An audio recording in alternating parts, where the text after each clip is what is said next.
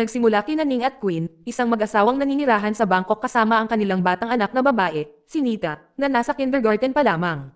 Para makatulong sa pagbabayad ng mga hulugan sa kanyang ari-arian, inuupahan ni Ning ang isa sa kanyang mga apartment unit. Pero nang sa wakas ay umalis ang nangungupahan, ang lugar ay nasa napakasamang kondisyon.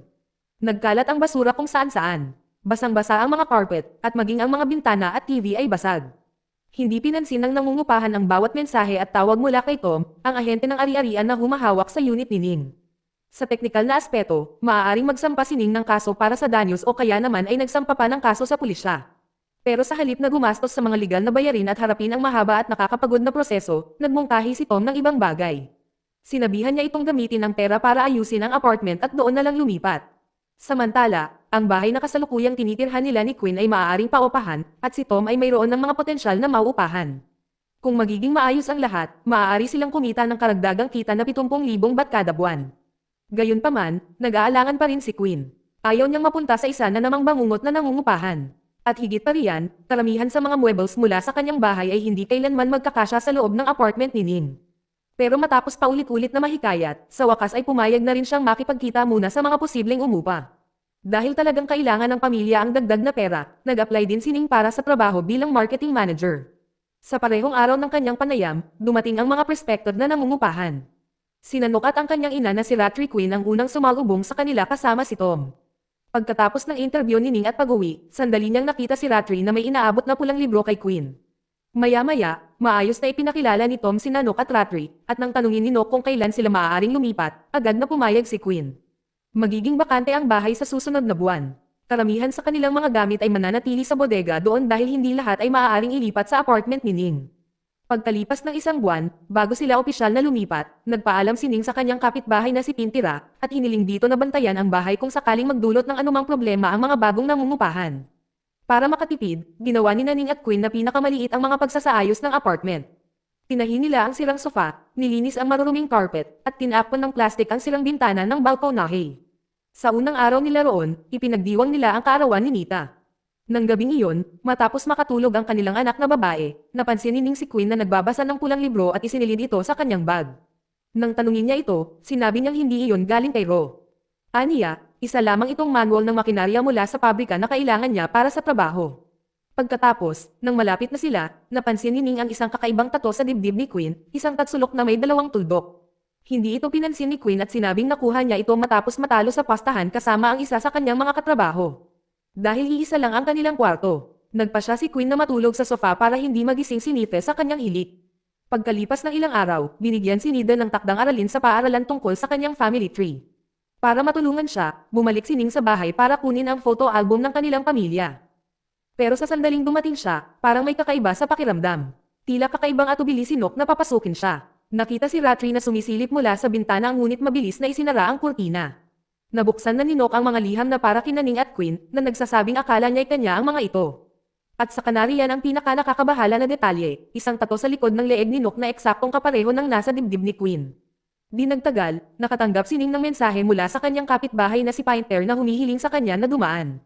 Kapag ginagawa niya ito, ibinabahagi ni Pinter ang lahat ng napansin niya. Simula nang lumipat sila roon, hindi kailanman umalis ng bahay sina Nok at Ratri. Naglagay sila ng mga balahibo ng uwak sa pintuan, isang bagay na kadalasang iniuugnay sa madilim na mga ritual. Tuwing madaling araw, may naririnig siyang kantahan mula sa dating kwarto ni Nita. At isang gabi, nakakita pa siya ng isang kawan ng mga uwak na umiikot sa itaas ng bahay. Hindi tumigil sa pagtahol ang kanyang aso hanggang sa mismong umagang iyon nang matagpuan niya itong patay sa ilalim ng kakaiba at nakakabagabag na mga pangyayari. Pagbalik sa apartment, ginamit ni Ning ang kopya ng ID ni Ratri para hanapin ang pangalan nito sa medical database ng Thailand. Pero kakaiba, wala ni isang tala tungkol sa kanya. Kalaunan, pag-uwi ni Queen galing trabaho, binanggit ni Ning ang lahat ng nakita niya at kinwestiyon ng ikinilos ni Nanok at Ratri. Nagtanong din siya tungkol sa tato nito, itinuro kung gaano ito kapareho ni Nox. Kalmadong binaliwala ito ni Queen, sinabing matagal nang retirado si Ratri, kaya maaaring hindi nalilito ang pangalan niya sa sistema. Tungkol naman sa tato, iginiit niyang nagkataon lamang ito. Pero alam ni Ning na may itinatago siya.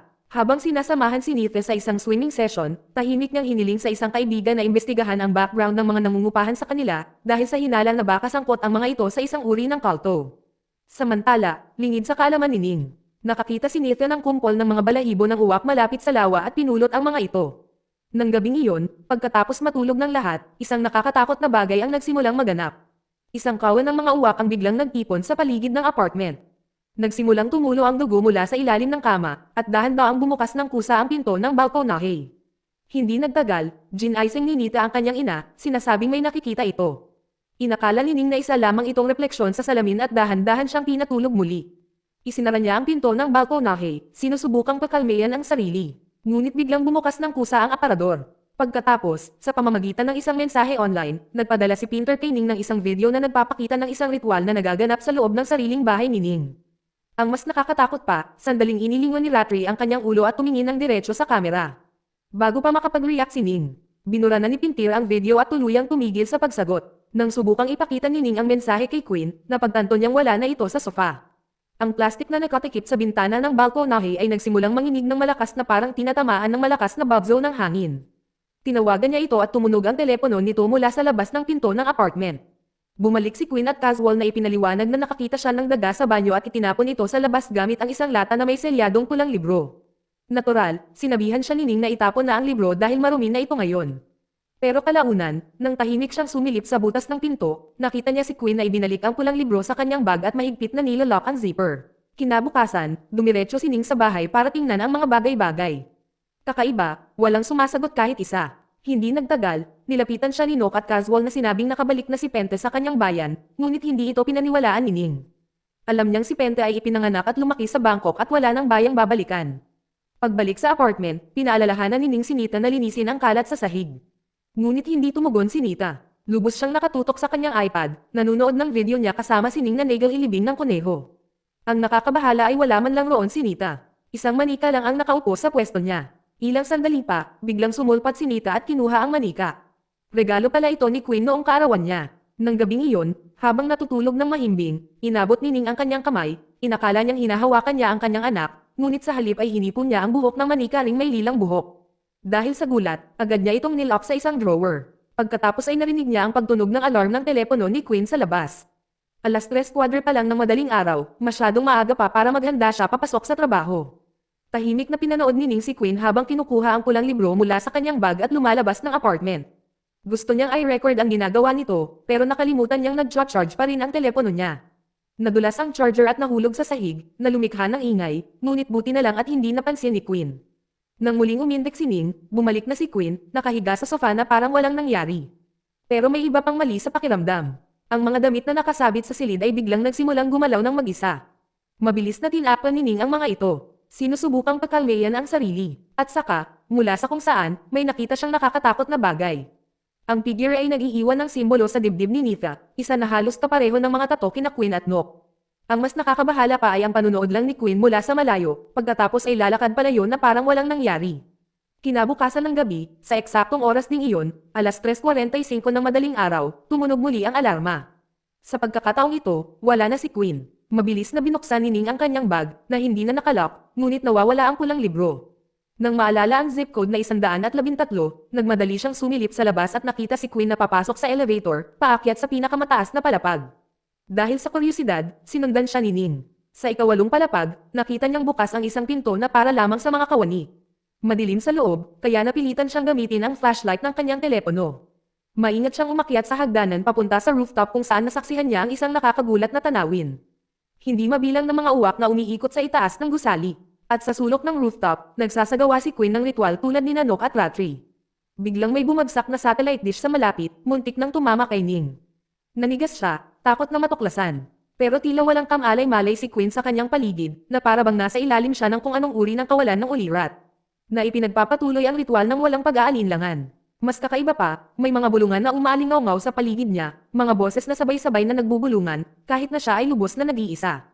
At sa paligid niya, nagkukumpulan ang mga uwak, na para bang hindi lamang sila mga ibon, kundi isang bagay na mas nakakatakot. Sinusubukang manatiling nakatago, tahimik na itinala ni Ning ang lahat. Pero biglang, naharangan ang kamera ng figure ng isang maliit na bata, kahit wala namang nakatayo sa harap niya. Dahil sa takot, tumakbo siya pabalik sa kanyang apartment. Kinabukasan, habang nasa banyo si Queen, sinamantala ni Ning ang pagkakataon para buksan ang kanyang bag at kunin ang pulang libro. Wala na siyang oras para isara ng maayos ang bag at mabilis na itinago ang libro sa loob ng kanyang damit. Pagkalabas ni Queen, dali-daling pumasok si Ning sa banyo para tingnan ito, pero nalaman niyang blanko ang libro, walang nakasulat o imahe. Ilang sandali pa, napansin ni Queen na nabuksan ang kanyang bag at nagtanong kung may kinuha si Ning.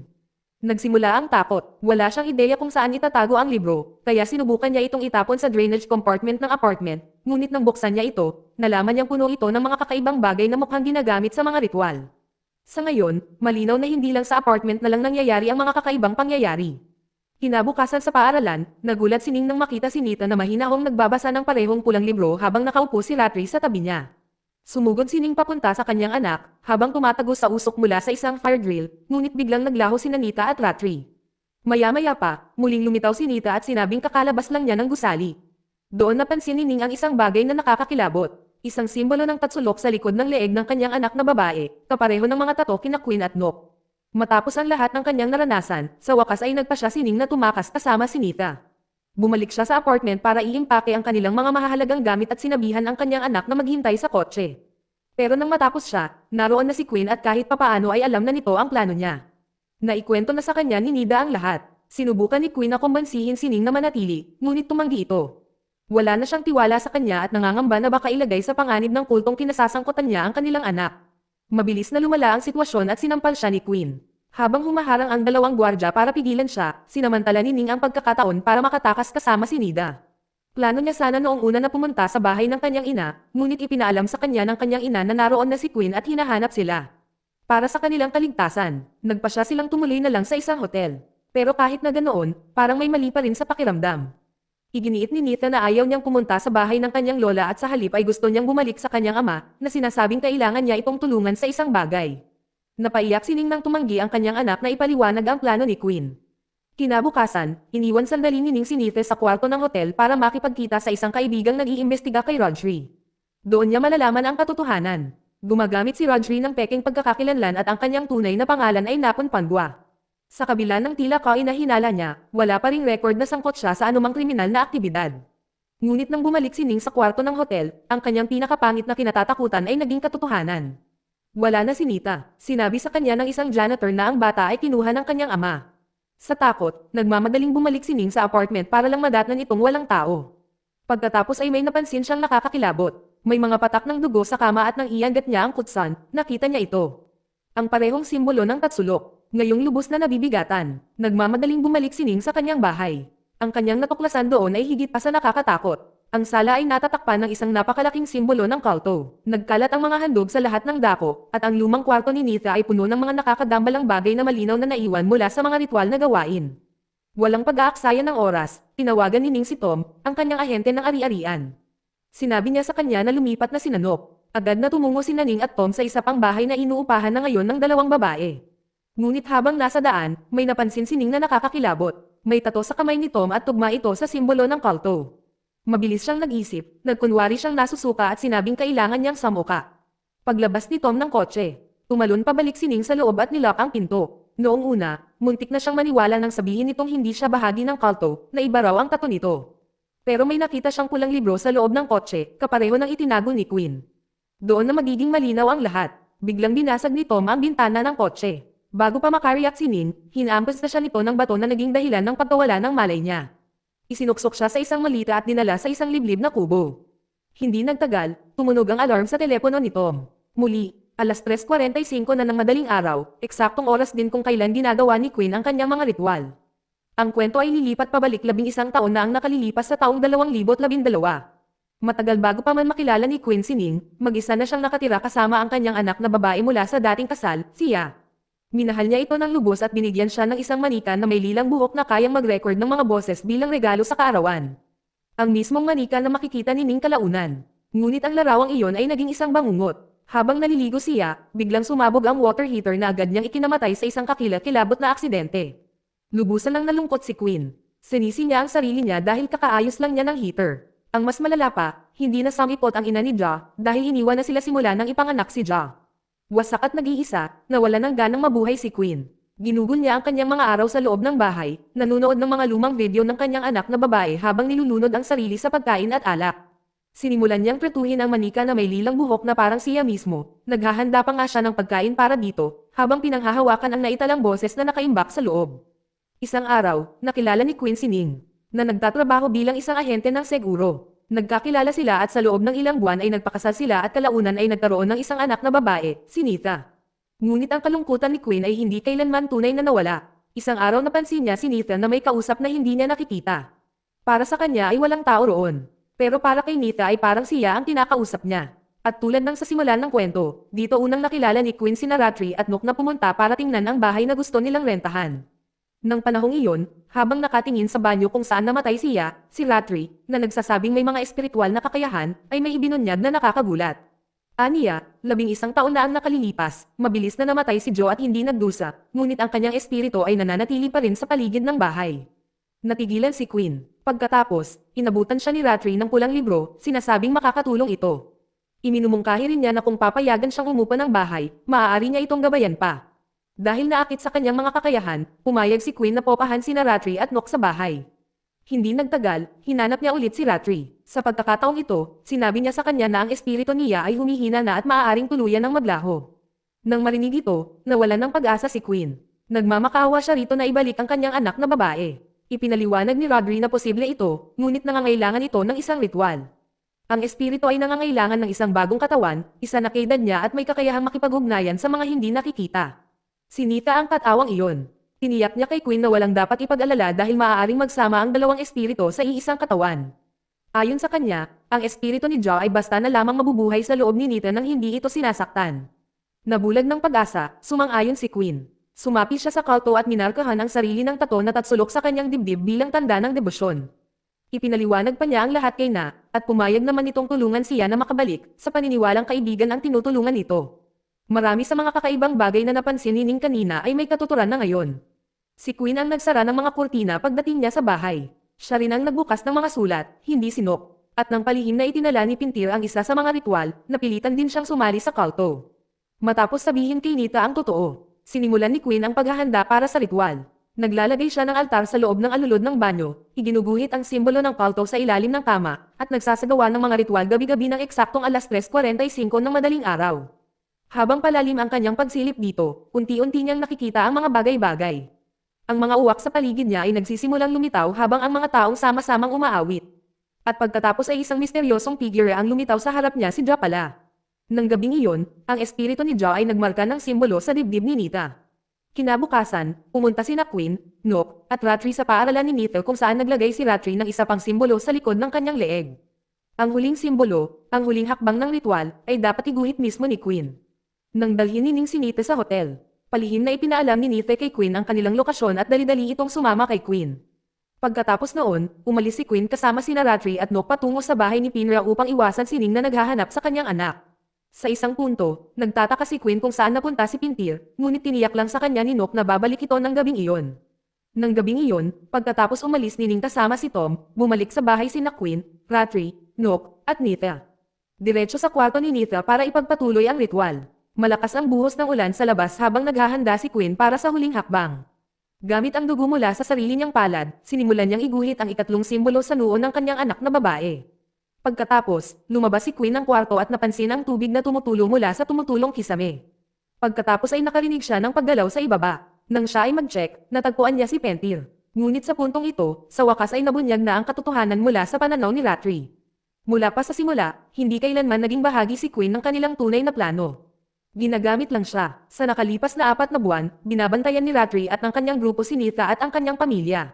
Maging ang pinsala sa apartment ni Ning ay pinlano, isinagawa sa tulong ni Tom, na matagal ng isa sa mga tagasunod ni Ratri. Gumawa sila ng pekeng kwento tungkol sa mga dating nangungupahan para hikayatin ang pamilya na lumipat at popahan ang kanilang bahay kina Ratri at Nook. Dahil ang tunay na layunin ni Ratri ay hindi kailanman siya. Gusto niyang ibalik ang sarili niyang anak na si Pry, na namatay ilang taon na ang nakalilipas sa edad na 7 taon. Ang espiritu ni Pry ay nakatali sa isang manika na gawa sa kahoy sa lahat ng oras na ito. At ayon kay Ratri, si Nita ang perpektong sisidlan. Kaedad niya ito, at mayroon siyang pambihirang kakayahang makipag-usap sa mga espiritu. Sa unang araw pa lang ng kanilang paglipat, sinimulan na nila ang kanilang plano. Hinikayat nila ang espiritu ni John na lumitaw, pagkatapos ay kinulong ito sa loob ng manika na may lilang buhok. Ginawa ang lahat ng ito para linlanggan si Queen, para mapaniwala itong ibinabalik niya ang kanyang anak na babae gayong ang totoo ay inihahanda niya ang katawan ni Nita para sa biktima. Sa tulong ni Tom at Nook, nagsagawa si Ratri ng isang ritual upang gisingin ang espiritu ni Priest mula sa manika na gawa sa kahoy. Nang gabing iyon, nang magsimulang maranasan ni Ning ang mga nakakatakot na pangyayari sa apartment, ang nilalang na nagmumulto kay Nita ay hindi talaga si Ja. Sa wakas ay nagising na si Prey matapos ang ilang dekadang pagiging tulog. Samantala, si Pintir, na nahuling nagre-record ng ritual, ay inilagay sa ilalim ng isang spell at ginawang kagamitan. Kinokontrol siya, handang patayin si Queen pagdating ng oras. Nang makilala ni Ratri si Nite sa paaralan upang markahan ang pangalawang simbolo sa leeg nito, may mas nakakabahalang bagay na isiniwalat si Nita. Ipinaliwanag niya na hindi na siya tunay na tao. Siya ay espiritu ng isang babae, isang direktang inapo ng orihinal na pinuno ng kulto, na naninirahan sa loob ng kanyang katawan ng mahigit 50 taon. Gaya ng alam na, gumamit si Ratri ng peking pagkakakilanlan para popahan ang bahay. Ang tunay niyang pangalan ay Napon. Pinili niya si Nita dahil halos magkapantay ang kanilang espiritual na kakayahan, kaya naman noon pa man ay nararamdaman na ni Nita ang presensya ni Ja. At bago pa man makumplito ang ritual, kinailangan munang magbigay ng pahintulot si Nita. Naniniwala siyang hinahayaan niyang makapasok ang espiritu ni Ja sa kanyang katawan pero sa totoo lang, hindi kailanman si Ja ang naging dahilan. Ito ay palaging biktima. Ang eksena ay nagbabalik sa sandaling inukit ni Queen ang ikatlong simbolo sa noo ng kanyang anak na babae. Kasabay nito, si Nita, na naghihinala na, ay nagtanong kay Ratri tungkol kay Napon. Ang nalaman niya ay mas nakakatakot kaysa sa inaakala niya. Patay na si Napon, ang orihinal na may-ari ng katawang iyon, at ang kanyang kamalayan ay tuluyan ng napalitan ni Ratri. Gulat at takot na takot, sinubukan ni Nita na tumakbo. At dito nagkakagulo ang lahat. Si Pentir, na nasa ilalim ng kontrol ng kulto, ay biglang umatake at napatay si Queen. Nang walang sayangin na oras, agad na sinimulan ni Ratri ang pangwakas na ritual. Naghanda siya upang ilipat ang espiritu ng pagpupuri sa katawan ni Nita. Hiniwa niya ang sarili niyang palad, ipinahid ang dugo sa manika, pinugutan ng ulo ang uwak, at ikinalat ang dugo nito sa simbolo ng kulto na nasa sala. Gaya ng dati, ang ritual ay ginaganap alas 3:45 ng madaling araw. Tumunog ang alarm ng telepono ni Queen, kasunod ang alarm ni Tom. Halos malupit ang tiyempo. Habang naghihingalo si Queen dahil sa saksak, si Ning ay wala pa ring malay sa loob ng isang malitan na malapit ng isakripisyo ni Tom.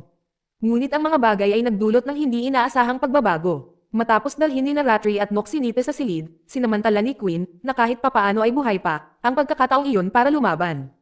Nagawa niyang patayin si Pintir. Pagkatapos ay tahimik na umakyat sa itaas, planong atakihin si Nox gamit ang isang pares ng gunting.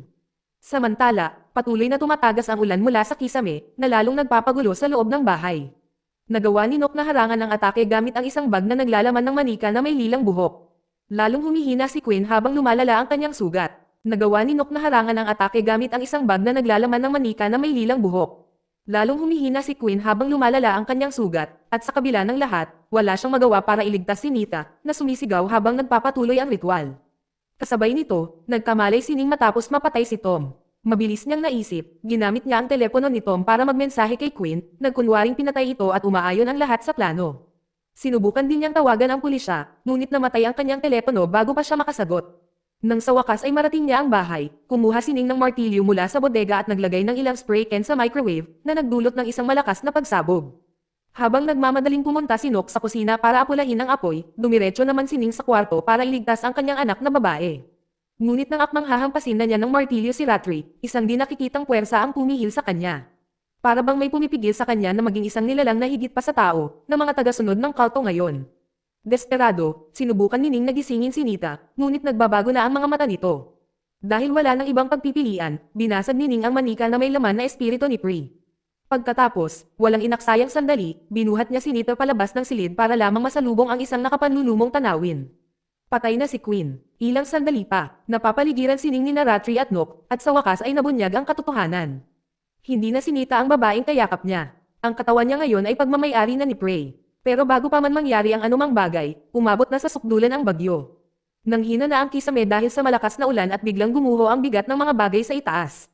Tumama ang mga kalat sa lahat ng nasa loob. Nawalan ng malay si Ning at Nox sa ilalim ng mga guho. Masyadong nanghihina si Ratri para tumayo. At pagkatapos, nang hamupa ang alikabok, nagising si Nita. Walang pag-aalinlangan, dumampot siya ng isang pamalo na bakal at itinutok ito sa ulo ni Nox. Pagkatapos ay sandaling bumalik ang pelikula sa sandali bago dumating si Ning sa bahay.